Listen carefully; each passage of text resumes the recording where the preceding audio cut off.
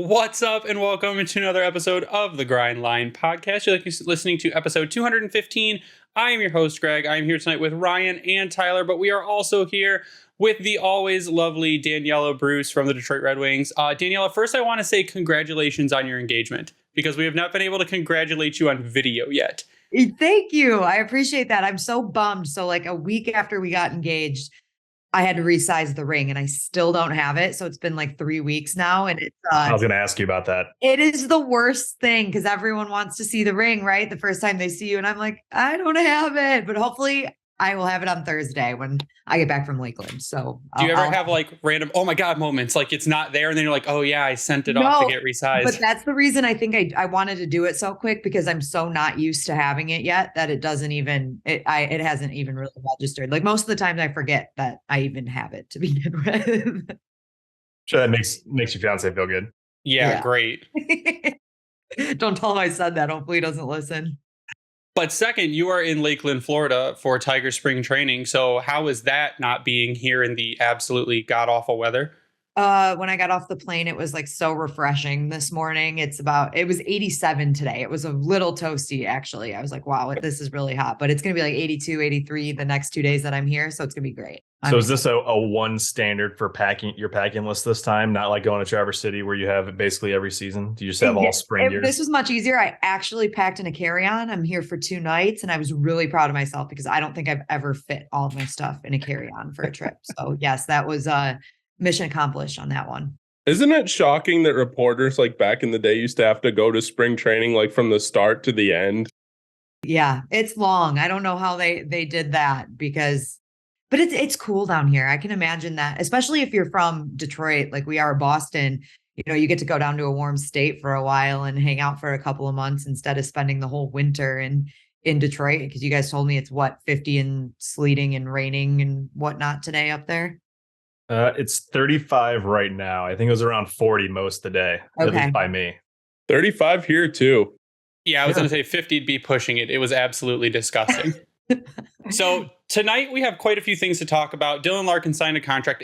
There's been news. I mean, we record on Mondays and then everything happens and we got to kind of wait. That's why I've been doing the short 5-minute videos in between. But Larkin signed his contract. We had the trade deadline. Steve Yzerman had a press conference, which I literally hit Twitter's new Twitter Blue 1,400 character limit or 4,000 character limit or something, covering the entire press conference in a single tweet, which was impressive. And we have a lot of mailbag questions. So I think what we're going to jump right into off the top is Dylan Larkin's contract. So none of us doubted it was going to happen. There was no doubt that Dylan Larkin wasn't going to be re-signed. We knew it was going to be 8 years. The reports were always they're quibbling on dollar figure, and it comes in at 8.7 million AAV, which I think on a deal for Larkin is a deal. That's a deal. He came in under 9. I said 9 is where about his value probably is, coming in at 8.7, and it gets done right before the trade deadline. And I went in thinking, man, Eiserman's got a plan to move some guys because he's got to lock up Dylan right now before he makes Dylan really sad. So I guess just what are your thoughts on the contract? We'll start with Daniella. What are the thoughts on the contract? How nice is it to just have that stability in the locker room now? Yeah, and I think you nailed it by saying we all knew this deal was going to get done, right? It was just a matter of the dollar amount that they were going back and forth about. We knew that it was going to happen. And I loved that Steve Yzerman confirmed in his press conference how much he wanted Dylan Larkin to be in Detroit, because I know there were some fans that were like, oh, are they going to get rid of Larkin? They don't want to sign him for this much. But Eiserman said he loves Dylan Larkin. He wanted him there in Detroit and he wanted him there for a long time. They were just trying to get to that correct dollar amount, which they got to. And if you look at how it breaks down from year to year, the contract, I think, is very friendly for the Red Wings. I think the first year he takes a $10 million salary, so that cap hit will be there. But I think it's good. It's a really good deal for the Red Wings. And he already came out and said he hopes that someday he has to take a pay cut to bring some talent into Detroit. So he knows where this team's headed. He sees the vision and he's a key piece of the rebuild. I know that's another thing. I saw some questions that fans submitted actually that were questioning who this team is being built around. Dylan Larkin is a key piece of this team, not only on the ice. He's leading in every category in points, assists, and goals this year, but he's the captain of the team, and that goes a long way in the locker room. So he is definitely still a key piece, and now he's locked in for 8 years, and we're happy to have him. Yeah, the cap at 8.7 I don't want to say I was surprised by it, but I kind of was. And to me, it was refreshing. It's interesting. You mentioned the base salary of 10 million, 11 million, 10 million. Is that right?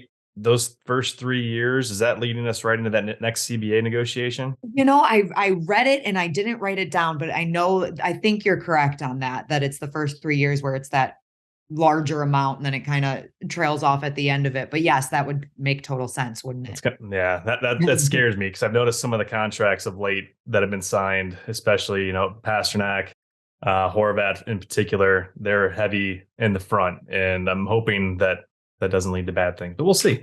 But I love the 8.7 cap it because Greg, I think if we go back to before the season or when we were originally talking about his contract, I think we all had our actual guess was 9.1 to like 9.4. And that was what we felt was on the high end. I think our best case scenario was 8.5 to 8.75. So I feel good about how we guessed with that. And also, didn't Evolving Wild actually have that pretty much spot on for what they assumed it would be? Yeah, Evolving Hockey's projection is generally very, very good.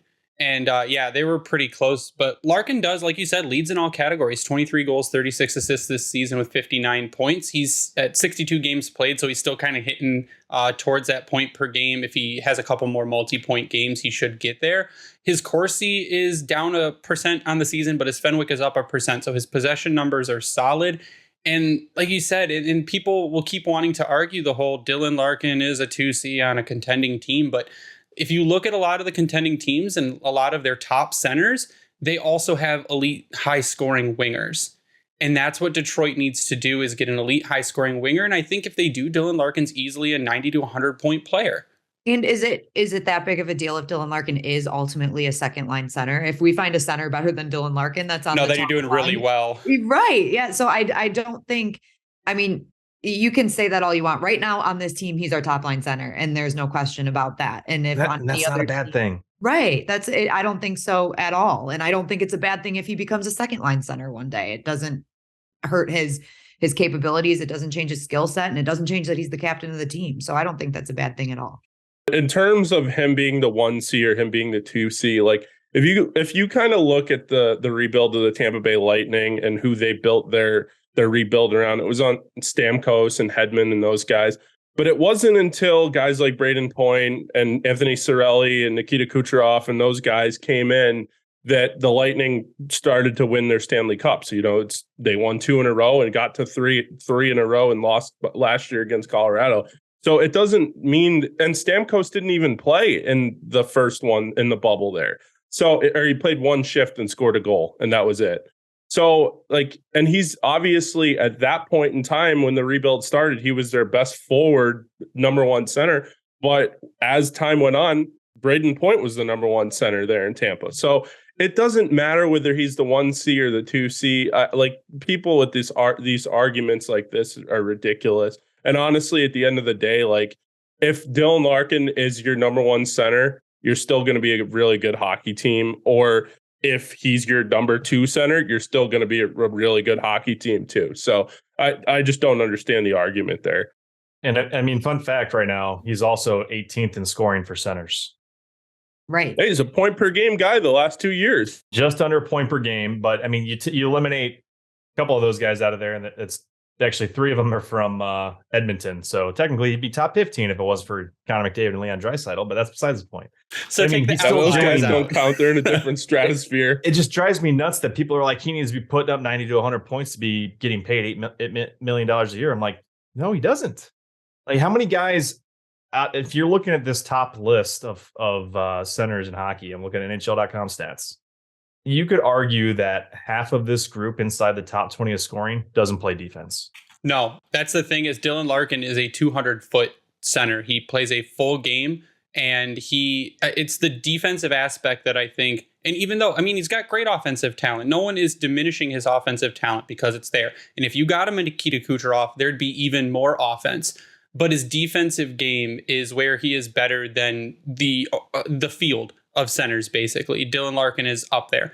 I'm happy that McDavid, for instance, has actually been out there on the penalty kill and much more defensive focus this year, because I feel like that's elevated him even more. And having him on the penalty kill, if I'm on playing that power play against him, I'm terrified, because he has made people look silly, even more silly on the PK than he has on even at 5-on-5. But also looking back, like what you guys are saying about playing defense, like Pavel Datsyuk could have been a 40, 45 goal scorer every single year if it wasn't for him being one of the best defensive forwards in the National Hockey League. So I don't, the argument of him being a number 1C or him being in that upper echelon of centers, I mean, is he a Sidney Crosby? Is he a Connor McDavid? No, but is he on the same kind of level of like a Patrice Bergeron now or Jonathan Taves now? Yeah, absolutely. So that's where I have him pegged. And you know what? He's still young. He can still get better. That's the thing about Dylan Larkin that I was just going to say, his improvement. I mean, you talk about his defensive game. It's crazy how much better it is now than if you were talking about Dylan Larkin even 2-3 years ago. And the effort's there, the want to be better is there, the buying into the system is there. So there's so many different factors that go into it. And there are fans that just want to look at the score sheet, right? They want to see how many goals he's putting up, how many assists does he have, that kind of thing. But Dylan Larkin's game is so well-rounded right now, and it keeps getting better every single year. I remember when Eiserman came back to the team, and one of the first things he told Larkin was to work on defense. You work on defense, everything else will come. And that's basically what Scotty told to Stevie, is that work on your defense, everything else will come eventually. But how much value do you think Steve Yzerman puts on leadership? Because that's one of Dylan Larkin's big things. He's the captain. He was named the captain. He's the leader in the room. All like the players themselves say, we go to Larkin for stuff. He's the leader. How much do you think that factors into something like a contract? I think it's huge, especially with coming from Steve Yzerman, right? Who's one of the greatest Red Wings captains to ever do it. And one of the greatest captains in general, I think you could say, to ever do it. The captain. Yeah, the captain. And I don't think, obviously I can't speak for Steve Yzerman, but I don't think he would give the C to somebody that he didn't think belonged in that position. He waited a year before naming Dylan Larkin captain. And I think he wanted to get to know Dylan. He wanted to understand how he leads this team. He wanted to understand how people, or I shouldn't say people, other players look at him in the locker room. He wanted to get a feel for all of that before giving him the C. And I think by ultimately giving him that C, he's putting all the faith in the world in him, and he believes in that side of him. And I think it's super important. You need somebody in the locker room that's going to lead the way for everybody. That's going to, right now is super important. Can he pull his team out of this right now? Because they're in a funk after the trade deadline. So they're going to turn to Dylan Larkin. And I'm sure this is a super important stretch for him. The lineage of the captains is pretty much unlike any other franchise, I think. I mean, you go from Eiserman to who, you know, a lot of people thought was one of the greatest captains ever. Then you go Nicholas Lidstrom, who's the best defenseman ever, depending on who you talk to. And then Henrik Zetterberg, who Dylan Larkin basically said was a huge part of his life still to this day. So, I mean, for Steve Yzerman to just give the C to somebody, and if there's one thing that I've noticed about Steve Yzerman, he doesn't just make knee-jerk reactions. He takes a look at things. He makes sure that they're the right things to do. And then he's very calculated in what he does, which I guess shouldn't surprise anybody, but he also surprises people in the moves he makes as well. Yeah, and those moves lead Tyler right into trade deadline, which how about that for a segue right there? Woo, you guys are getting good at this. So, yeah, I mean, Steve Yzerman was busy, and those were calculated moves, and he said so in the press conference afterwards. I think the biggest thing he said was that there was no world in which he was a buyer this season. You could have kept going on and won those 2 games against Ottawa and still been in a playoff spot, and he wasn't going to buy anyone. But he started off the trade deadline with trading Filip Hronek to the Vancouver Canucks for a 2023 conditional first round pick and a second round pick. The first round pick is the pick from the Islanders that they got for Bo Horvat. It is top 12 protected. If the Islanders land in the top 12, then the Red Wings get that pick in the 2024 draft unprotected. I don't think that's going to be an issue. The Islanders should hopefully make the playoffs this season. But that's adding to the arsenal. And that is one where Eiserman said that he did not go into the trade deadline looking to trade Hronek. He got an offer that was just too good that he couldn't pass up. And Hronek on a bounce back year from what was a rather mediocre season last season, he fetches a first. And Vancouver land is not super happy because they traded their first round pick away. It's nothing against Hronek. It's that they're trading picks that they just got. But was that one that surprised you, took you off guard a little bit? I think so. I think it was probably the most surprising of the deals that were done, of the 4 trades that were made. But when you see the return on that, a first and second round, if you're going to get that offer for Phil Hronek, you're going to take it. A first and second round pick in the 2023 draft, if it ends up being 2023, which, like you said, I think it should be. That's huge. Whether you decide to use that as an actual pick or you decide to use that to trade for a player or whatever it might be, it was almost a no-brainer. Like, when you get an offer like that for Philip Hronek, you're going to take it. And it's a little bit of a bummer because we kind of saw him take some steps in his game this year, at least offensively. He was having a career year. It felt like he was starting to find his game a little bit more. And he's only 25 or 26 years old. So there's some bittersweetness to that one, but the return for him was excellent. And like I said, an absolute no-brainer for Steve Yzerman to take that deal. Where that second round pick sits to right now, if the draft were to happen today and the results stayed the same with the lottery, Vancouver would pick 6th. So that second round pick from them is like a really, really late first round pick, basically, and how deep this draft is. So, I mean, that's another way to look at it too. Yeah, I don't think anyone that I would know of had Phil Hronek being traded on their bingo card.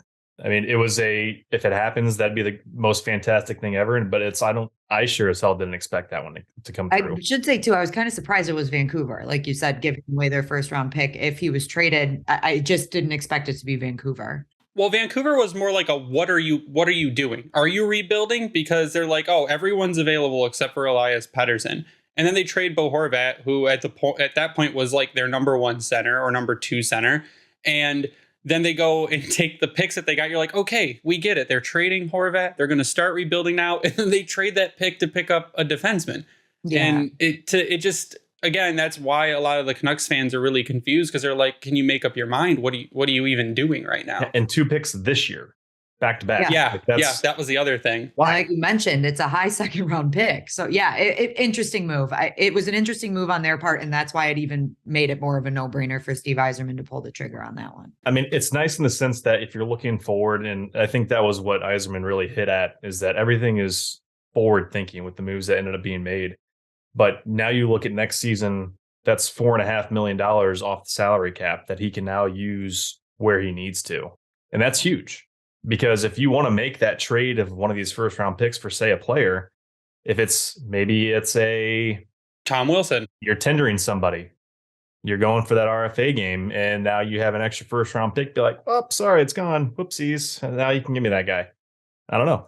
There's a lot of different ways, and I'm not trying to repeat word for word what he said, but that's exactly kind of the point that Eiserman was trying to make, is now we have these future assets, which he's been hitting on over and over the last couple of years.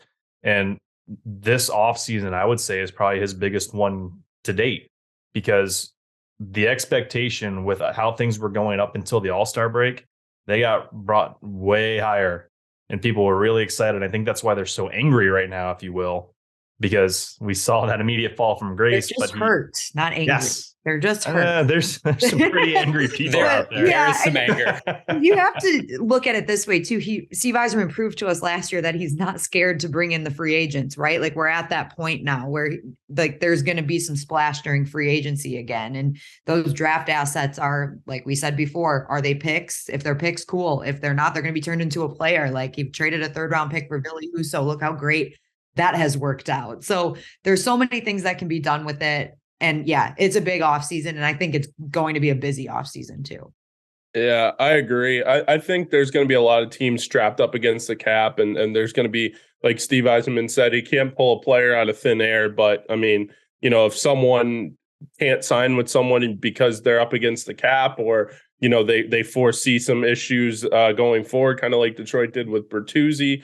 Maybe you can get a player like that. I mean, again, like Steve said, I mean, drafting and developing is the key to being good in this league. And that's why rebuilds do take as long as they do, especially in the cap era. Otherwise, you could just kind of buy players and stuff like that. But unfortunately, it doesn't work like that anymore like it used to. But in terms of the Hronek deal, I mean, it kind of confused me, to be honest with you. But then honestly, then you see the return and it's like, okay, well, I mean, I can certainly stomach that. And I mean, given the fact that even this team, they were playing really well, and then they ran into Ottawa, and you could just see the imperfections right away. And as good as the run was, like as a fan, this is probably the most excited I was to like come home and watch the Wings. And not that I don't watch every game, but that was certainly like, oh my God, this is must watch TV. And like, you know, it just didn't go well. So, I mean, I don't blame Steve Yzerman for making the most out of players that, you know, people were calling on, to be honest with you. And honestly, the Hronek thing, he was playing well this year for the most part, but in the Ottawa games, I don't think he was great defensively. And I'm sure Steve didn't make that indicative off of those 2 games, but, you know, he was not very good in those games. So, I mean, I don't know. That's collectively, you could argue too, but he actually had some standout, like, what are you doing moments. And yeah, but I was trying to be nice. Well, he's not the only one that had those moments in those 2 games, too. No, So, you know, we can single him out, but he's not the only one.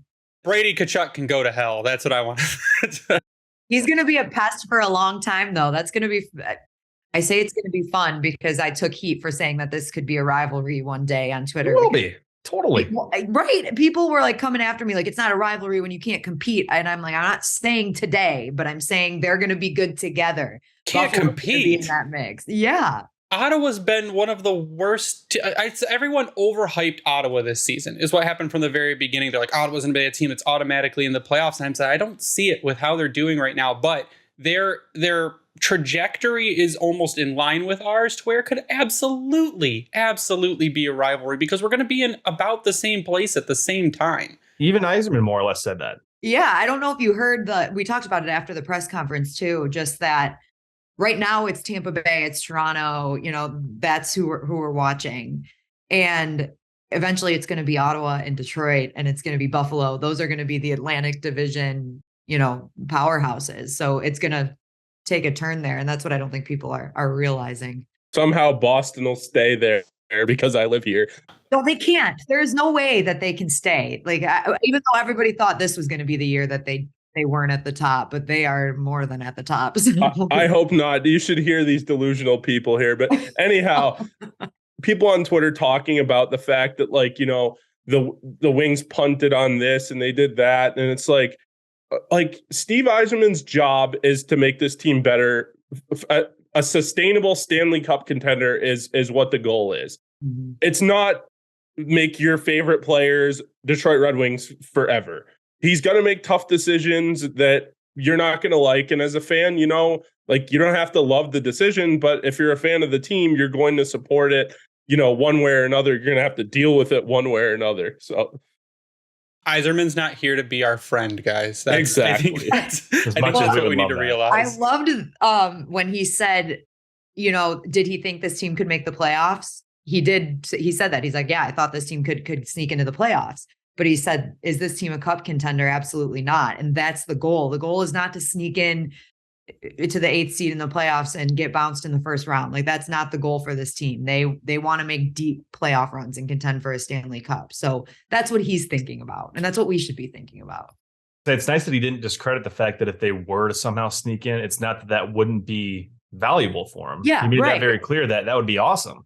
But they also don't want to see them play 4 games and get demoralized and then be like, oh, well, we're there.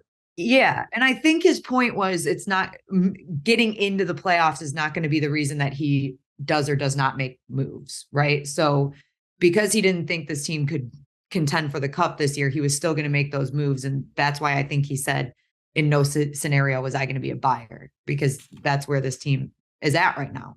It was interesting, though, that he made note that those 2 games in Ottawa, what he considered that the closest they've had to a playoff game. Yeah, I think. Oh, yeah, we could all agree with that, right? I think Larkin even said something to the effect of, like, these are our playoffs. Like, what's happening right now, them leading up to it and being in the chase, these are playoff style games because everyone's fighting to actually punch their ticket to get in.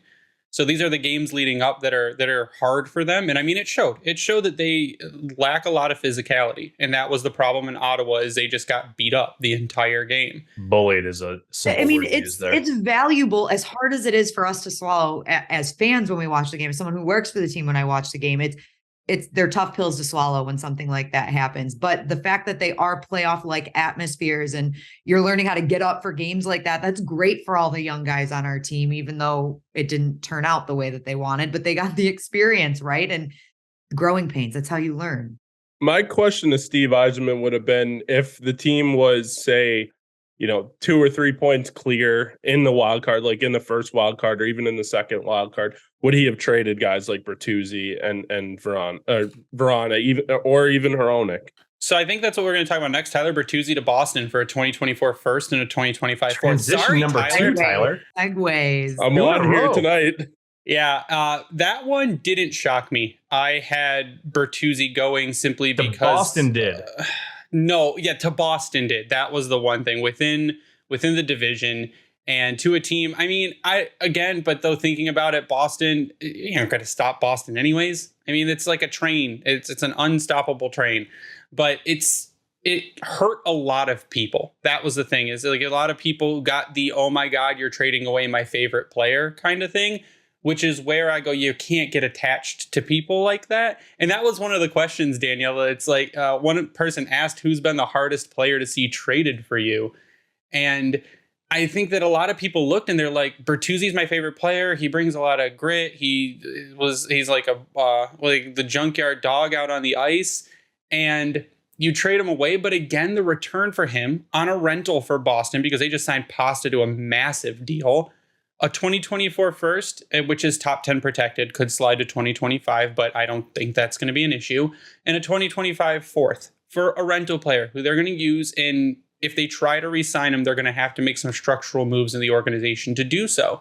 And Eiserman had even said that the talks really didn't go anywhere. And we had seen reports that the last talks were in December and completely broke down. And for a guy you're not going to re-sign, to get that kind of return is exactly what you're looking for. Because I think the worst thing they could have done is, like you said, go into an 8th seed in the playoffs, sneak in, get absolutely demolished by the Bruins, and then let Bertuzzi walk for nothing. Mm-hmm. And so it's recouping those assets in places where those assets can be attained when the person you're losing you're going to lose them anyways. Yeah, I mean, it had to be done in a sense. It's the right move, and I think everybody can agree with that. But yeah, it stings to lose your favorite player, and knowing that Tyler Bertuzzi is such a great locker room guy. I mean, you saw Dylan Larkin's reaction. He cried. I know, they're friends, right? They have deeper relationships with each other than we'll ever know. But Tyler Bertuzzi, I know he affected the locker room in a very positive way. Like when he was there, and even when he was injured, it bummed everybody out because his presence wasn't in the locker room all the time, right? So just that aspect of Bertuzzi is probably what everybody is going to miss most. Obviously, his game, it's fun to watch. He's like that gritty style player, probably the grittiest the Red Wings have had in a while. And he's going to fit in pretty well, I think, in a playoff style Bruins team. So I'm happy for him in the sense of he's going to go make a cup run this year. Like Boston could very well win the Stanley Cup, and Tyler Bertuzzi could be a part of that, which is huge for him. So no matter what happens in the offseason, if he ends up somewhere else, or if he ends up back in Detroit, no one ever knows exactly what's going to happen after the end of this. But his time in Boston is going to be good for him, I think. And it's exciting. And I know it's sad to see him leave Detroit, but hey, if he wins a cup, I think we'll all be pretty happy for him. Not the Bruins as a whole, though. Let me please clarify. We'll be very upset about everyone else. The only one you guys can be happy for is my dad, because my dad's a diehard. Yeah. Oh, yeah. Your dad's the best. We can't be mad at Seals or be upset with him ever. Well, Boston sports are just like really good, and and I only like always, 2 of them. So always. Yeah. I think with Bert, though, you made the point. I feel like every time that a player gets traded, we're like, oh, we can bring him back in the offseason. We know that that's just a bunch of phooey and it's never going to happen. I think because of the relationship with Larkin and a few other guys, there's a bit of a more realistic chance that could happen. But it's with the comments that he made about his conversations with his agent. That's where you're just like, And I hate to put this on a player because it sucks to have to do that, but you have to look at how much he's been injured over the past few years too. And he's had a very hard time staying healthy, which it's just the style of game he plays. That's how he plays hockey. I mean, it's kind of an injury prone style. So I think that's something that you have to take into consideration too when you look at Bertuzzi and signing him to a longer term contract. To me, it was a term issue. It would always be a term issue. Yeah. If Bert's saying, I am 28 years old, this is where I sign my long contract to have my career and stability and everything. I want 8 years, 7 years. And you go, dude, you broke both your hands or wrists. You've had major back surgery. You've missed games. I'll give you 3. And if you can stay healthy, we'll extend you longer. And I think that's probably where the breakdown was, because you're looking when the guys are at this age, like Larkin, looking for that long-term deal.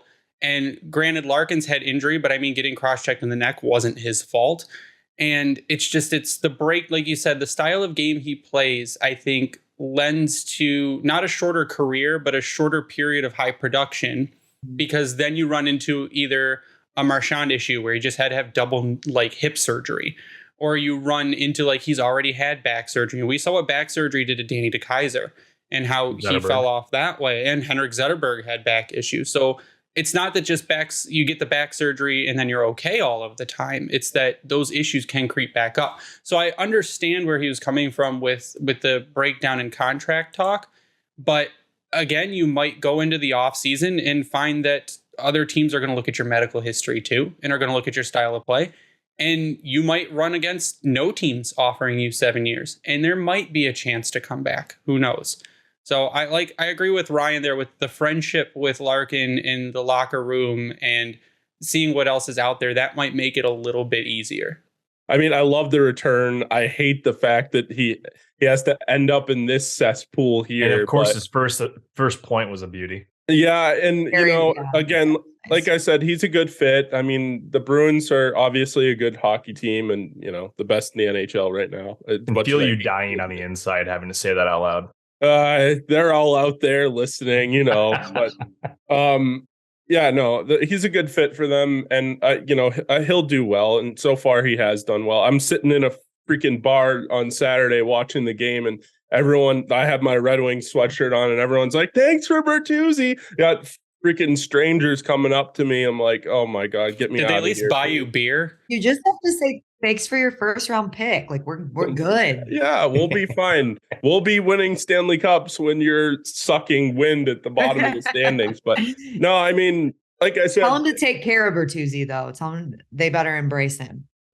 I mean, I think most people will. He's love that Boston style player. He is. Exactly. Yeah. And honestly, the whole Detroit tough, Boston tough kind of thing is kind of similar. So I think the fans will certainly embrace Bertuzzi here in Boston. But honestly, at the end of the day, the Wings got what they got for him.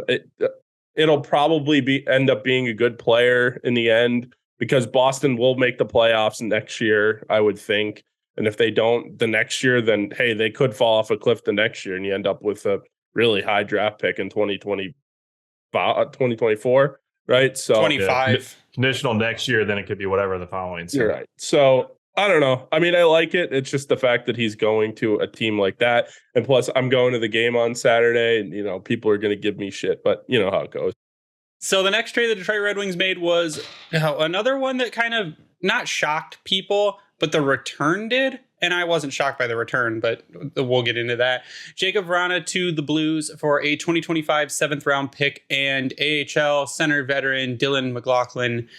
Again, not shocked. I mean, I kind of saw it coming. To me, Newsy, every time he was asked about Verana, almost seemed annoyed to be asked about him. He was scratched several times, brought back up from Grand Rapids, sat most of the time, played a few games, wasn't super impressive, didn't score. I don't think he had any points, and he is shipped to the Blues. Yzerman was on 97 on the ticket this morning and asked about Verana. He said initially the plan was to play him throughout the rest of the season and see if they could do something in the offseason, potentially even play him next year and see how that played out. But he had seen that the issues were not going to resolve themselves. So the best thing to do for the organization was to move Jacob Verana. Now, we'll never know what the issues are. We don't care. It's none of our business. The return, again, underwhelming to say the least, because if he lights it up in St. Louis, then there's that. But it takes the money off the cap is the big thing that it does. And it looked like it was never going to work past the point of him getting out of the players assistance program. So hopefully he does well where he's at.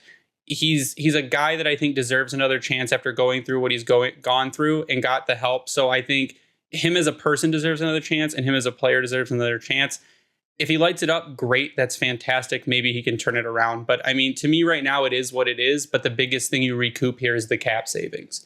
Yeah, you're 100% right. And of course, like you just said, we will never know the ins and outs of what happened behind the scenes with Jacob Verana and everything that went down. As Red Wings fans, as fans of Jacob Verana, we just have to wish him the best in St. Louis. And sometimes it really is just a change of scenery, a change of, pace and everything, some new teammates, some new management, new relationships to build.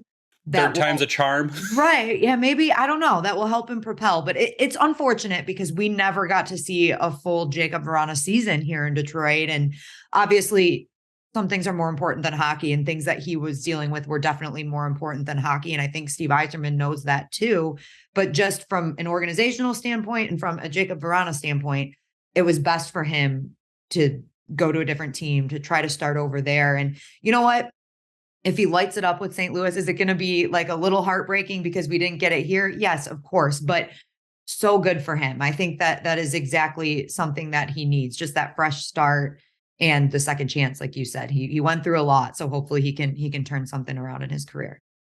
Yeah, I think the big thing in the Discord earlier, 53 Mo hits, made a good point. He played in 51 of 181 possible games in Detroit. That hurts a lot. Now, I get a lot of that was injury, but most of this season obviously was the player assistance program. So there's always going to be a what if, because we knew that at 5-on-5, he was one of the most electric goal scorers in hockey, arguably. Right behind Matthews. Yeah. Granted, it's looking at what some people discredit sometimes in the fancy stats, but it matched the eye test. When he was on the ice, he was a guy that you had to pay attention to. I felt like right before the game that a couple games he was in, there was those flashes of that playmaking and offensive smarts starting to come back a little bit, but for obviously reasons that we'll never know, it wasn't there. So if it comes to St. Louis, now that's a team you don't know what's exactly going on over there. Are they selling, or are they trying to bring stuff in? Who knows? He's at a good rate for them the next year and a half ish, but they've got him for one more year, 2.62. So you can't really be too upset on their end. If it doesn't work out, it doesn't work out. But I hope he does well. If I'm not, yes, you mentioned the return was underwhelming, but at the same time, if you were expecting more as a fan, you had a really crazy expectation because it wasn't going to happen.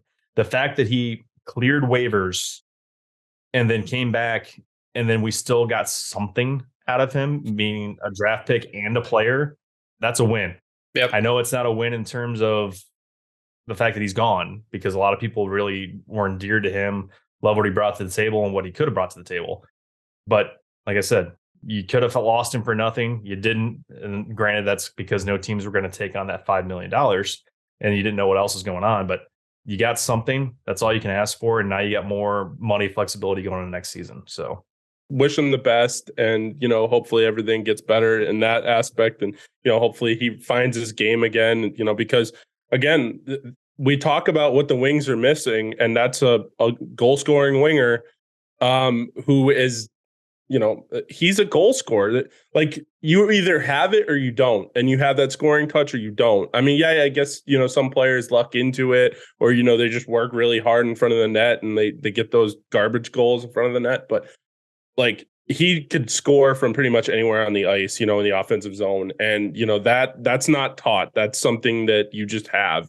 And, it's tough to see a player like that go into a situation like that and then also look the way he did in the last couple of games. And, then the coach is bringing it, the coach kind of gets annoyed every time it gets brought up. I was listening to another podcast that were talking about, players getting waived in particular, not Jacob Verana, but just in particular.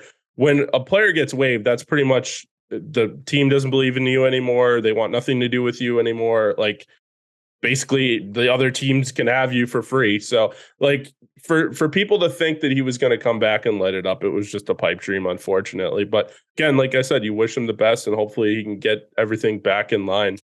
Yeah, it's a bummer on our end, I think, because what was our hot take that he was going to be a 40 goal scorer this season? I think I said that. It's not that hot of a take. No, it wasn't. It's That's not. what sucks. Yeah. No, the hot take was 50. We were predicting 40. Okay. I think that's what it was.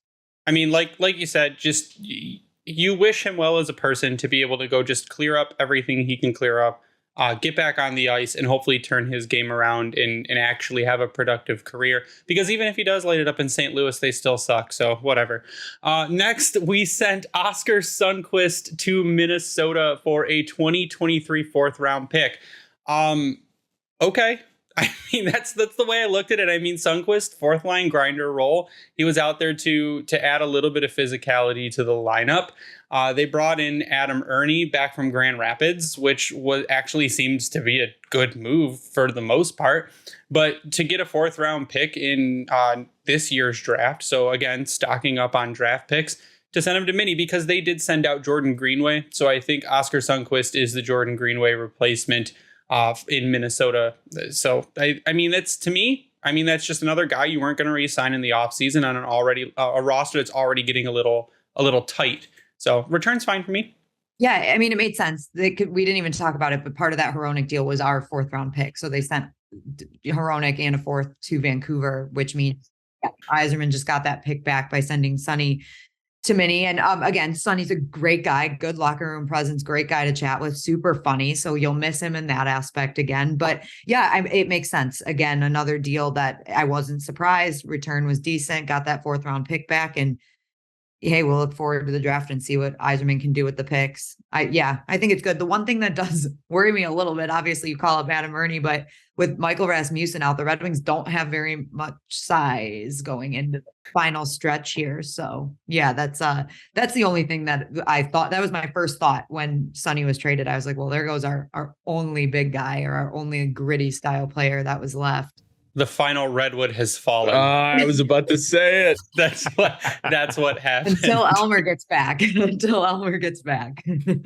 And I think he should get a shot to finish out the season, Elmer, because we do have holes in the lineup. So, Ryan, what did you think about the Sundquist trade? I hope it rejuvenates him because it kind of seemed as of late that Sonny was kind of going through the motions more or less. It's not to say that there was a lack of effort, but I mean, he got stagnant, it seemed like. And going now to a Minnesota team that's second in the Central, will that elevate him back to a little bit higher level? I'm not saying he's going to be like Nathan McKinnon, obviously, but he has a role to play. He's a 200-foot guy. He's going to play. He could be on your second power play. You know he's going to be on their PK. So I don't know if he was maybe just getting kind of tired midway through the season, but he just kind of seemed there of late. So maybe making that jump from Detroit, who obviously we've seen the team been struggling. Now you're going to a Minnesota team that's fighting for that number one seed in the Central. Who knows? It's a great fit for him. I love the Greenway trade. I wish that Detroit actually could have somehow brought him in because he's a big bodied jerk, more or less. But he's got skill. I loved when he got drafted by Minnesota because he was playing for Team USA back in the day on the development team. He is a young, tough player, and he would have been awesome to see here, but it is what it is. So him going over there was surprising, but also good for him. So we'll see what happens. Yeah, the Sundquist deal, it didn't really surprise me. Another UFA that was probably going to leave at year end. You thought he would be gone? I thought he would probably. I mean, I guess it depends on how the negotiations went. I don't if they tried to re-sign him or not. Maybe that's part of the going through the motions thing that you were talking about. But you know, I mean, like I said, it's Steve had to make a decision of players that whether you thought you were going to roll the dice and you thought you could re-sign them. And I think he probably got all the guys re-signed that he thought he could get re-signed with Wallman and Larkin and Mata. So the guys that weren't going to be re-signed, he wasn't going to let an asset go to waste. He was going to try to get what he could for it. So as for Greenway, yeah, Greenway would have been a great Detroit Red Wing. I mean, I watched him play at Boston University for 4 years. unbelievable player, obviously in the World Juniors for Team USA as well. So yeah, that would have been awesome. And, a player like that is definitely something that the Wings need going forward too. Now, the last thing that almost happened to Michael Martinez at FFX Farkle on Twitter asked the Flyers trade rumors about JVR. That was one thing that almost happened. They said that from what people gather, it is that Yzerman wanted to make another move first in order to trade for JVR. And it sounded like what was going to happen is just going to flip him anyways for more picks. So that was one thing. And apparently Chuck Fletcher said that he didn't get any calls on JVR until about 1:30. And by then he ran out of time to do anything else. So that's Flyers fans are very angry. So I would say overall with the trade deadline, I ended up giving Eiserman an A-. That was mine. I think he maximized his value. He was able to trade away guys he couldn't re-sign or that were about to become free agents. He was able to make a move to free up cap space in Verana. I think he did everything he needed to do. And also knowing that was basically his plan all along. Hronek. Yeah, and Hronek. But to basically know that was his plan all along, I gave it an A-.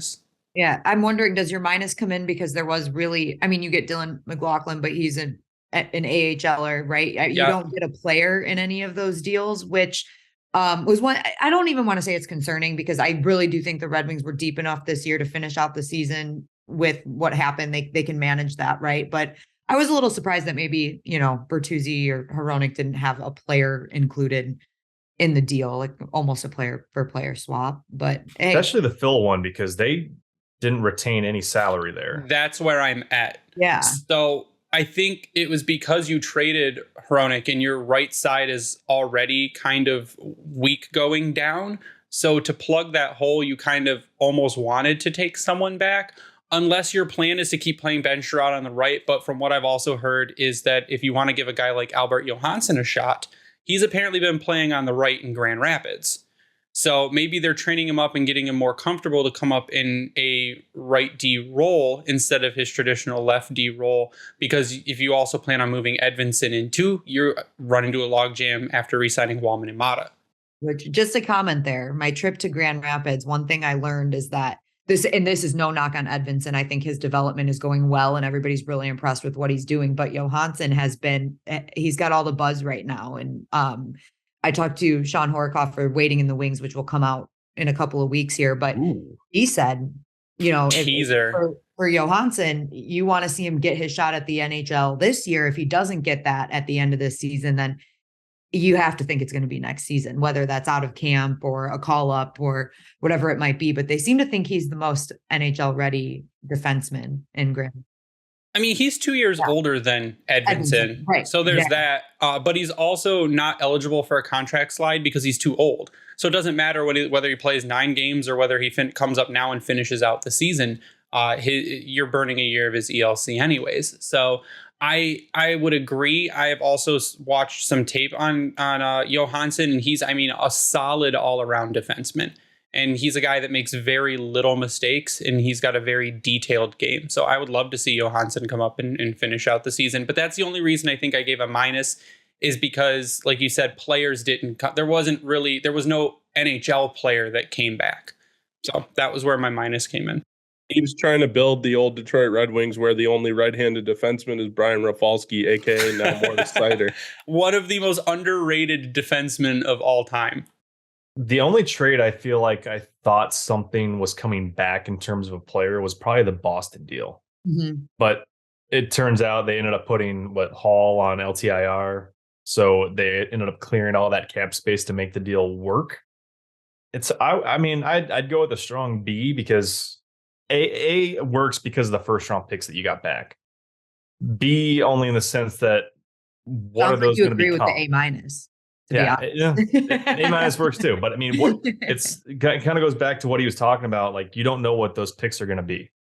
You have a lot of options on the table. Are they going to be traded? Are you going to draft them? How far out are those guys going to be? Are they even going to be good if they're used as a draft pick? But I don't know. It's to think that he completely sunk the boat on this one. I think it was Carlos that said he was waving the white flag, or people are saying that he waved the white flag on the season. Like, the expectation, and I think we talked about it quite a bit, if this team was competing for a playoff spot after the trade deadline, which arguably they were, that's all you can hope for.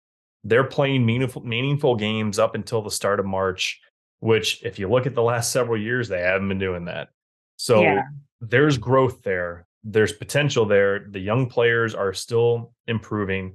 That's all you can ask for at this point. Just to add to that, I mean, I know the eye test, right? That doesn't have, there's no fancy stat that backs up the eye test, but we've all watched, 3/4 of a season now, and they look like a team that has something really going here. Their defense has improved. Just watching them is a little bit more enjoyable. It's a more enjoyable brand of hockey, and they're taking steps in the right direction. Again, I can't back eye test with any numbers or whatever that is, but you guys all know. You watch 3/4 of the season and you can see the steps the team has taken.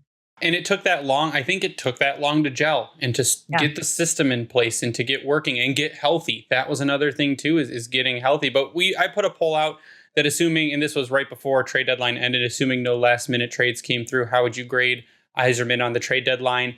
And at about 2,000 votes, I had a solid 50% gave him a B, with a 32% giving him an A. So the fan base is happy, which they should be, because you're stocking up on a draft that's deep. You stocked up on picks that Eiserman even said those picks can be used to acquire players. And because he loves doing player for player trades, but he said picks are an uncertainty. You don't know what that player is going to become. So I like that. I like what he did. Everyone else seems to also like what he did. But what we're going to do real quick is take a quick break. We're going to come back for a mailbag, but we have to get in a word really quick from DraftKings. NBA fans, it's time to bring the hoops action to the palm of your hand with DraftKings Sportsbook, an official sports betting partner of the NBA. This week, new customers can bet $5 and win $200 in free bets instantly. Plus, for a limited time, all new and existing customers can get a no-sweat same-game parlay every day. Go to DraftKings Sportsbook app today, opt in, and place a same-game parlay on any NBA team, and if it doesn't hit, you'll get a free bet back. Download the app now and sign up with code THPN. New customers can bet $5 on the NBA and get $200 in free bets instantly, only at DraftKings Sportsbook, an official sports betting partner of the NBA, with code THPN. Minimum age and eligibility restrictions apply. Void in Ohio. See show notes for details. And we're back, and we have a big mailbag. Everyone loves when Daniella comes on, so they all get their questions in real quick. But we're going to start off the top with Alex at A13XChang on Twitter. How does your job, now this is a personal one for you, how does your job vary day to day? / what do you do off screen when you aren't reporting? Off screen when I'm not reporting. The funny thing is, this question always gets me, because I feel like people think I'm on camera and then I don't do anything. I just get on, I talk, and then I'm done. No, but there's a lot of prep that goes into that. Obviously, on a game day, I am at Little Caesars Arena for 13 to 14 hours. I get there at about 9 in the morning, and then you leave around, maybe it's it's 13 hours. So you're there at 9:30ish, leave after post game. And all of that is, covering morning skate, getting prep for my shows that are in bowl. I do the forecheck with Ken Cal. A lot of people don't know that I edit all my own work. So I'm editing everything that you see out on the websites, out on social media. On an off day, if there's practice, a lot of times that's when we shoot our interviews. So they'll be done after practice. So if there's a word on Woodward, or I do a one-on-one, whatever it might be, that happens after practice. Go watch practice, do regular locker room media availability, and then we'll have whoever it is come up and we'll shoot that interview. And then I edit that right after. So those can be long days as well. I don't know what else do I do on a day-to-day. This is always fun to think of on the spot. Yeah, when we talk to Stacy, you guys are insane. Your day is absolutely nuts. Yeah, it's crazy. There's a lot going on. There is a nice break, on a game day when I say I'm there. So I cover morning skate, then Ken and I shoot the forecheck, which I actually shoot on my own too. So I am a one-man band for that. I operate the camera. That's why you'll see me when someone's like, "Oh, the audio sucks." Whoever their audio person is doesn't know what they're doing. And I'm like, it was one mistake, okay? I can't listen to the audio and trying to think if I've ever said that now. So yes, I one-man band for that. Then we edit. When I go upstairs after morning skate and edit, we have a game day meeting where we kind of go over the script for what's going to happen in bowl. And then I get a dinner break, but I work very closely with our control room as well, because they push all my graphics and highlights and everything like that for game day live.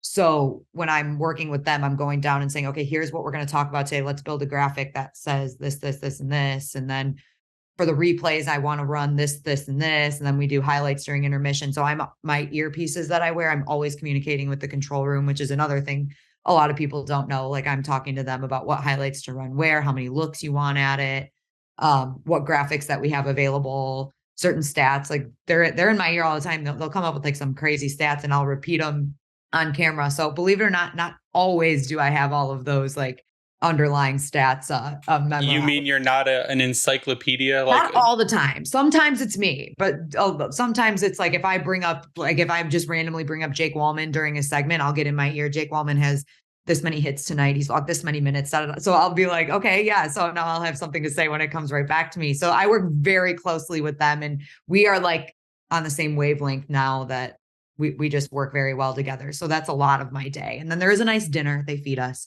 So we get to eat in the media dining room and all that. And then it's game time. And from there, yes, I do just get to watch the game, which is fun. That's a fun part about my job. I do my intermission shows, but I have to be watching the game. So yeah, you get to be on Twitter and talking to everyone while the game's going on, which is nice. That too. That too. From Kaylee, Mayor of Soup at Natasha Romanox on Twitter. For you, who has been the hardest player during your career to see get traded? Even knowing the return was necessary. No, I'm going to go all the way. The Bertuzzi one, it was tough because I'm a huge Tyler Bertuzzi fan. I don't know if he's been one of my favorite Red Wings for a very long time. And so that one was tough, but I think I expected it a little bit more. But when Anthony Mantha got traded for Jacob Verana, that one was a little more shocking to me. So I think that was a difficult one to deal with. Just not really. That was at like the witching hour too. Like it was like 3:05 when that came in, or whatever it was. So that one was a little difficult to deal with, I think. What about as like growing up as a Wings fan? Oh God, I can't remember a trade that hit me really hard. But I was a big Nick Lidstrom fan, which is like everyone was a big Nick Lidstrom fan. So I'm not saying anything unique there. But when he said he was going to retire, I remember being very hurt. I'm like, no, I feel like Nick, you can play like 5 more years. I don't know why. Why are you? You can still play right now. He says he couldn't, but I think he could. No, he could. Absolutely. When he had his press conference and basically announced that he was retiring, like he starts crying. I'm like, Nick Lidstrom cries. So I actually today was the anniversary of his jersey retirement. And that video that the social team posted, I usually do the on this days. There's another part of my job that a lot of people don't know. So I edit a lot of the on this day videos. And when I was doing that one, I swear I was tearing up. I'm like, oh, didn't he just have a grandbaby? Did he? Did Lidstrom's kid have? I feel like Nick Lidstrom's kid just had a kid. Yeah, nope. Nick Lidstrom's son had. They played it on the broadcast. Oh, I do remember this. You're right. Yeah.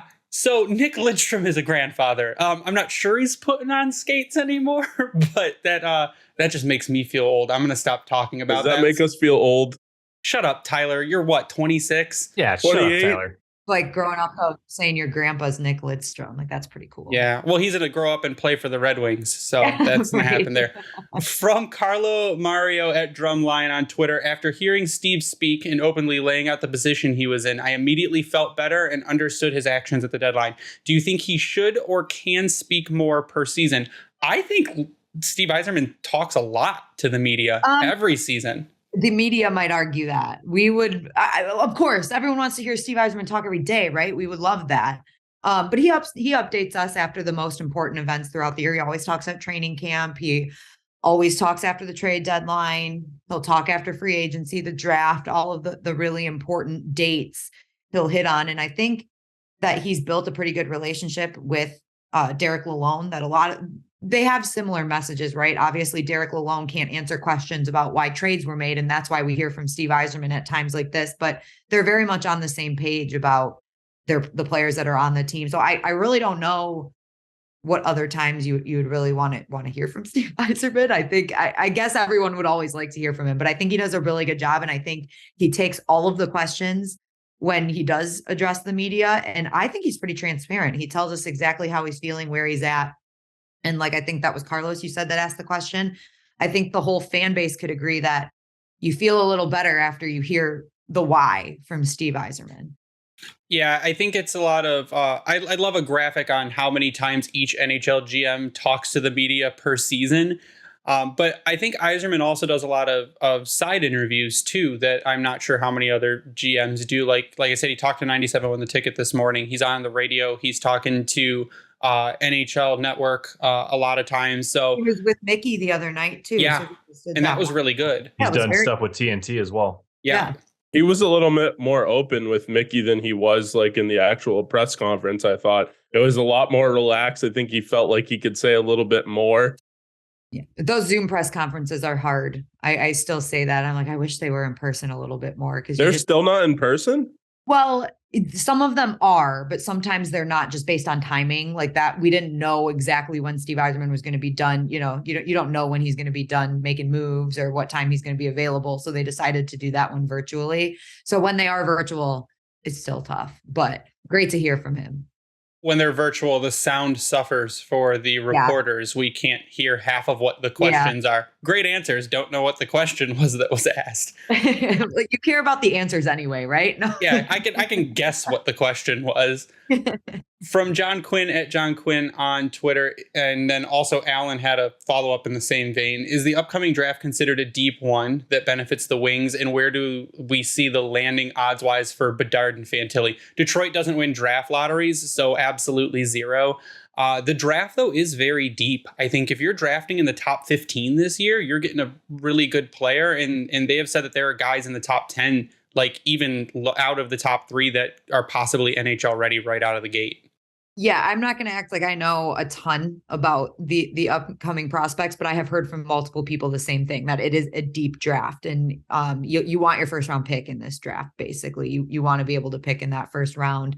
But I do think what's interesting about the Bedard and Fantilli, how do you say his name? Why am I blanking? Fantilli. That's right, Michigan kid. Art's obsessed with him. Shocking. I was about to start gushing over him. Yeah. Stay muted, Tyler. Anyway.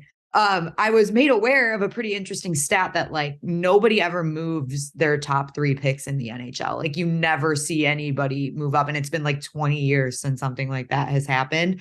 So for the Red Wings to get either of those players, they have to be in the lottery number 1, and they have to win the lottery number 2. So yeah, I don't know exactly where they're going to land. Not going to hold my breath. Probably going to go 1 and 2. So This will be the year that we get it because we're not expecting it. Don't even. I think we're don't cursed. Put that in our minds. Yeah, don't put that in our minds. We need Peyton Manning to come break the curse of the Red Wings, since he apparently broke the curse of the Lions. So we're going to have him come here and break our lottery curse, because it's just it's tough. I can't even Does Manning have a Twitter? Does he have a Twitter? We should start maybe. Yeah, I'll do it. I'll start tonight. Peyton Manning. I will send him a link and be like, you need to come break the Red Wings curse. Greg. New hashtag going. Peyton Manning curse breaker. Is that what he's going to be? Don't count on it would be my thing. Don't count on a Fantilli. Don't count on a Bedard. Maybe Matvei Michkov drops a little bit, in because there's still the little bit of Russian scare out there that maybe the players won't come over. But he's another one that I think can be a game breaker. So maybe that happens. I don't think, and again, like you said, no one trades out of the top 3 spots.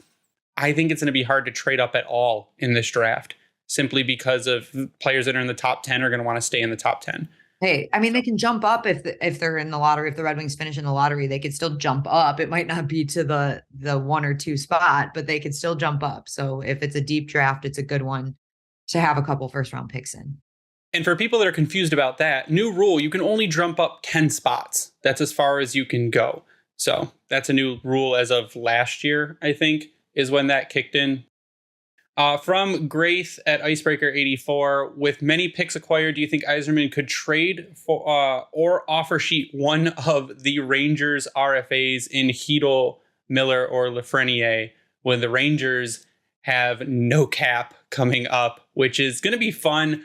I don't think offer sheets almost never happen, right? Because GMs don't like pissing off other GMs, and then you waste a trade partner and they get mad at each other. And we saw when there was the offer sheet for who was it? Who got offer sheeted? Ryan? Yeah, Kakaniemi. That pissed some people off. So you won't see trade partners there between Montreal and the Hurricanes. We need some NBA and NFL drama in here. Yeah, but I think that the option is there to go out and like we said, trade some picks for a good player. And like I said, I would love to get a guy like Tom Wilson on the team. You want to bring in toughness to the team. Tom Wilson's 28 years old. He brings in toughness, but he's not skill. And skill. That's the other side. If you want a guy that's going to go fight, that guy also has to be able to put up points. Because on a team like this who hits very long stretches of anemic offense, you can't have a guy on the team that's just plug and hole just to go punch someone in the face and take a penalty. So I would love to bring in a guy like Tom Wilson. Teams don't really give up elite goal scorers unless you can maybe figure out how Toronto can stop circumventing a cap and maybe pry a guy away from them. But I think there's the option there because Eiserman did say if he can move picks to acquire good players, he's going to try and do it. Look, this is the fun part of what we do, right? We get to speculate what's going to happen in the draft, at free agency. Is he going to make some more deals? I think the point of all of this is that there's options now, and he has the option to do multiple different things. So trying to pinpoint exactly what's going to happen this offseason is going to be really difficult, but just knowing that all of it could happen is fun. I think there's a lot of things that could happen. There's a lot of ways that this could go. Just I'm looking at the picks. I think the Red Wings have 10 picks in the draft coming up now too. And there's like 6 in the first 3 rounds. So there's a lot of picks to work with. Those are capital. We'll see. I think there's just a ton of different directions he could go in. And like I said, speculating what he's going to do is fun, but usually we're not right. Hey, it gives us content. We try to be as right as possible, which is like, I don't know, like 30% of the time. Though we like you're being generous to yourself there. No, remember you went back and you pulled some stuff from previous episodes. I pulled a lot of stuff from the summer and early spring. And other than the Bruins, how we thought that they were going to be and the goalie tandem. And the goalie tandem. And the goalie tandem. Other than that, we were pretty spot on a lot of stuff. We did do pretty well. We had some help with Jay Fresh's model. That looked pretty good. I mean, we thought it was high, which it's obviously now looking high, but we did expect maybe bubble team. We thought the Bruins are going to be terrible, and I was going bold and saying that Husso and Ned could be one of the top goaltending tandems in the league, and that didn't happen. So, but shout out to all our fancy stat friends for providing us with fancy stats that help us make these predictions. Hey, Husso was really good, though. I mean, yes, not discrediting that. We wish it would have worked out a little better for Ned, but Husso turned out to be an excellent trade. That deal. Is he still your MVP? Honestly, yes. I don't know where this team would be without Billy Husso and Net. Closer to Connor Bedard. Yeah. That's why when I saw Husso left the ice the other day at morning skate, I'm like, oh man, this team is really screwed if he's gone for an extended period of time. From the Kevin at Mr. Deeds 32 on Twitter, we understand it's a business, but the emotional impact still needs to be factored in. How much does trading Larkin's best friend impact his relationship or buy-in with the Yzer plan? And how much does it change his leadership style and approach? Now, I will say off the top, it doesn't.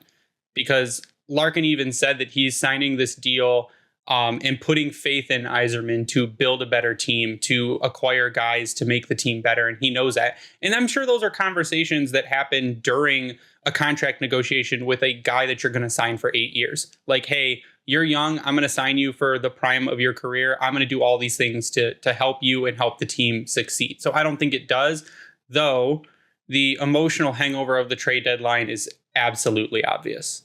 Like I said, we saw Dylan Larkin's reaction, and I will say this, I don't think he had, and based on this is all based on what he told us during the press conference. I don't know exactly what the timeline was, but it sounds like he found out not long before he had to take the podium and talk to the media. His fiance called him while he was in the car on the way to the arena. Right. So it sounds like he got there, whether Bertuzzi was there or not. I'm sure he talked to Bertuzzi, and then, the emotions kind of went from there. So he didn't have a chance to unpack all of that before he was supposed to address the media and talk about something super exciting. So imagine just like the roller coaster of emotions there.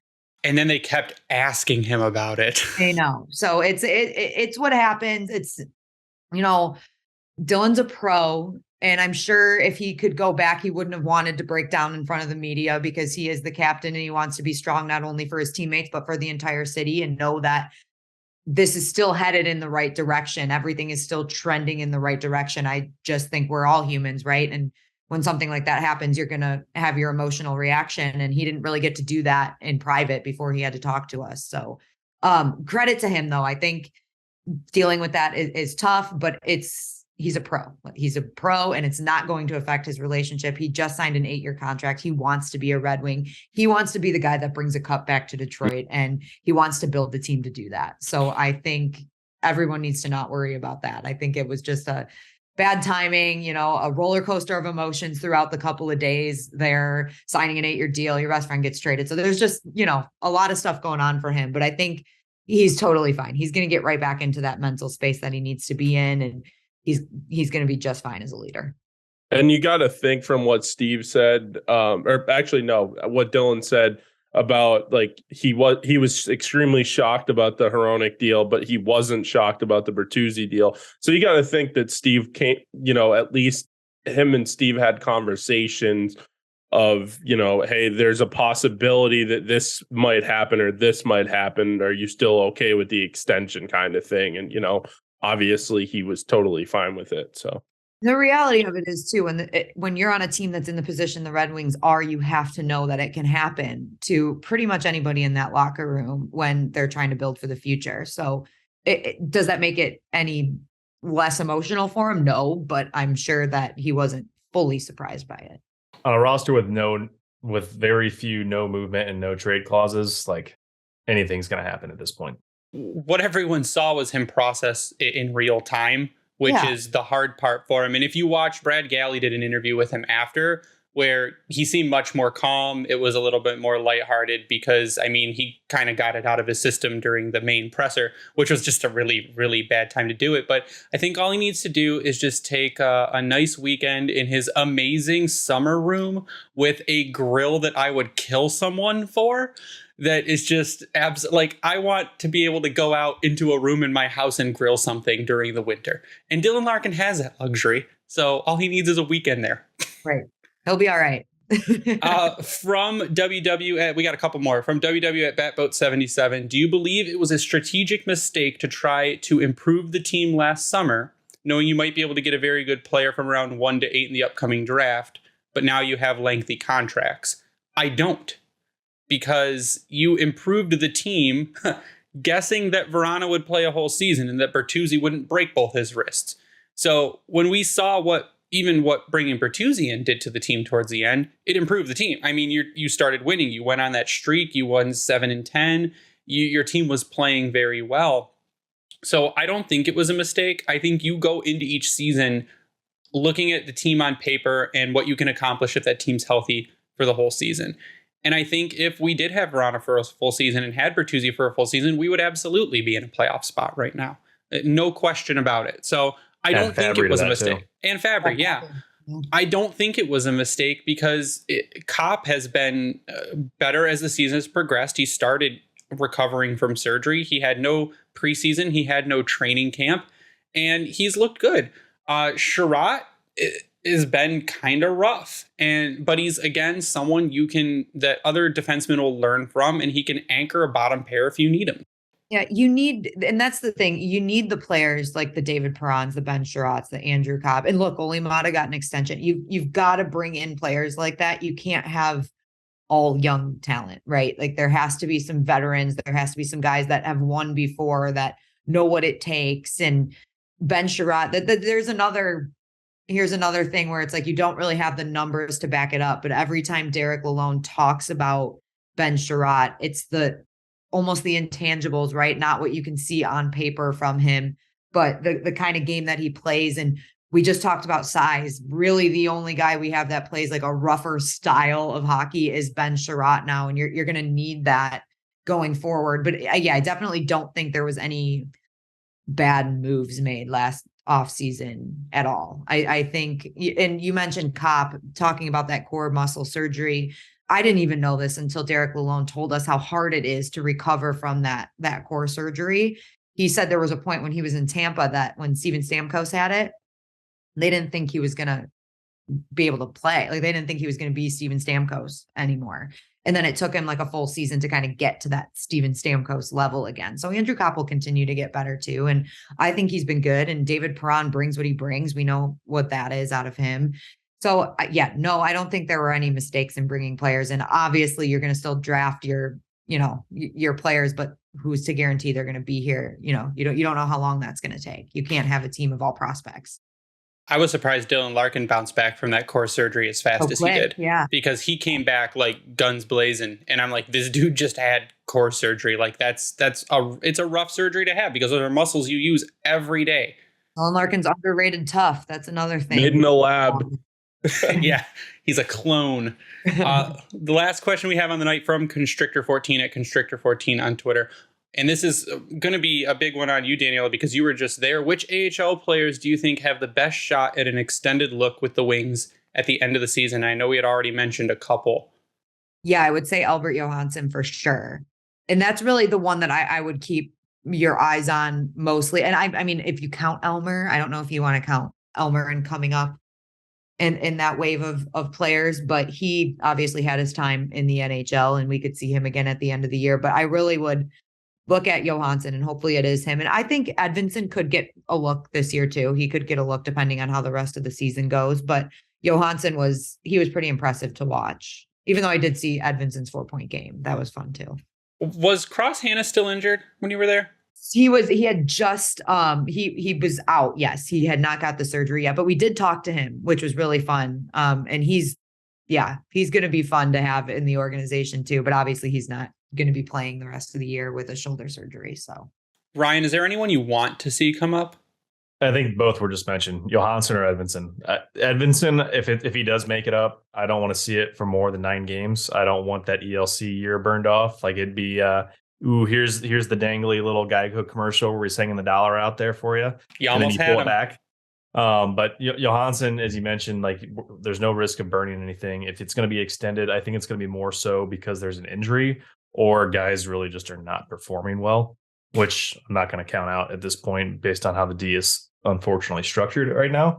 So either one of those guys, just to see what they can do to maybe help the back end now, to see how they can build upon that coming into the offseason, because Eiserman made the point that there could be 1 or 2 guys, maybe more, that could very well be coming from Grand Rapids and on this roster in Detroit next season.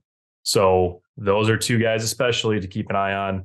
Who else? I mean, we'll see how things play out and what we're feeling, how antsy we are come off season. But no, I'd like to see one of them just to see what they can kind of bring in terms of spark for offensive capability and defensive for that matter. So, what about a guy like Donovan Sabrango? Yeah, he would be fun to see as well because he's also young. He plays with an edge. How that can translate up, I'd be very intrigued by. But I mean, I don't think you can look at anyone on their D-core. Like, I'd love to see Edvinsson. I'd love to see Sabrango. I know Yzerman mentioned Vero, how he's been doing but I think that's going to be a project there. But Johansson, Nick Isaac is still a guy I would love to see how he can handle the NHL level because he had so many injuries that took him out of it, and I was always real high on him. So, I mean, anyone on the defense right now at this point that is younger, that it'd be fun to see them have an opportunity. Yeah, not that this means that there's no way they're coming to the NHL, but Donovan Sabrango and Emil Vero had both spent some time in Toledo this season too. I think Vero was maybe less games than Sabrango, but they both spent some time down there. But from what I learned while I was there, they both improved immensely since then, and it helped them to be down there to play a little bit more, get more minutes and all of that. But yeah, it would be interesting to see either of them in Detroit as well. But I think right now, the 2 defensemen that would have the best shot are obviously Johansson and Edvinsson. Yeah, the other guys that might have a shot are playing in the SHL right now in Wallander and Casper. So We'll see how that goes as well. But that is the mailbag for tonight. That is the episode for tonight. Daniella, thank you so much. We love when you come on and just bless us with your absolute immense skill. Then there's no one in your ear when you're on here. So this is all stuff from your head that is coming my out. head, guys. Now she's just truly showing off. Yeah. No, I don't know. I feel more comfortable. I should start doing that. Just have our graphics stats. That always helps me. Her name's Carly. We're just going to get an audio clip from Art for the background for you, and we'll just play that, and that way you can hear it and react to it. I get enough. Daniella, what do you have going on, and where can people find you? Of course, everything that I ever do is on social media with the Red Wings. Of course, the Word on Woodward, some one-on-ones. I'm going to be doing a lot of Tigers stuff this season. There should be an announcement coming this week. That's pretty exciting for me and personal news going forward with the Tigers this year. So that'll be a lot of fun. But follow me on Twitter for more information at Daniella Bruce _. I'm the same on Instagram as well. But everyone I know will tell you I'm way more fun on Twitter. So there we go. Breaking news, Daniella is doubling her workload coming up. That is More than that. How many baseball games are there in a season? A lot more. Well, 81 home games. Oh, Yeah. jeez. You could follow Ryan on Twitter at RDRyan33. You can follow Tyler on Twitter at SealDog91. You can follow me at Bringing the Wing, but more importantly at Grindline Pod. We'd give a shout out to the Hockey Podcast Network at HockeyPodNet for hosting us and spreading us around. We'll also give a shout out to Vintage Detroit, which is the only place you should get your jerseys from and worked on. If you go to Howie's Hockey Tape and use the promo code Grindline, you will get 10% off your order. If you use that same promo code on Bring Hockey Back, you will get 12% off your order. We are running a jersey giveaway right now. You can get a Jonathan Berggren jersey if you go to our Twitter page, you retweet and like the post and tag a person. You get a bonus entry if you drop us a review on Apple Podcasts or Spotify. We will be giving it away. I think I'm drawing on the 13th for that.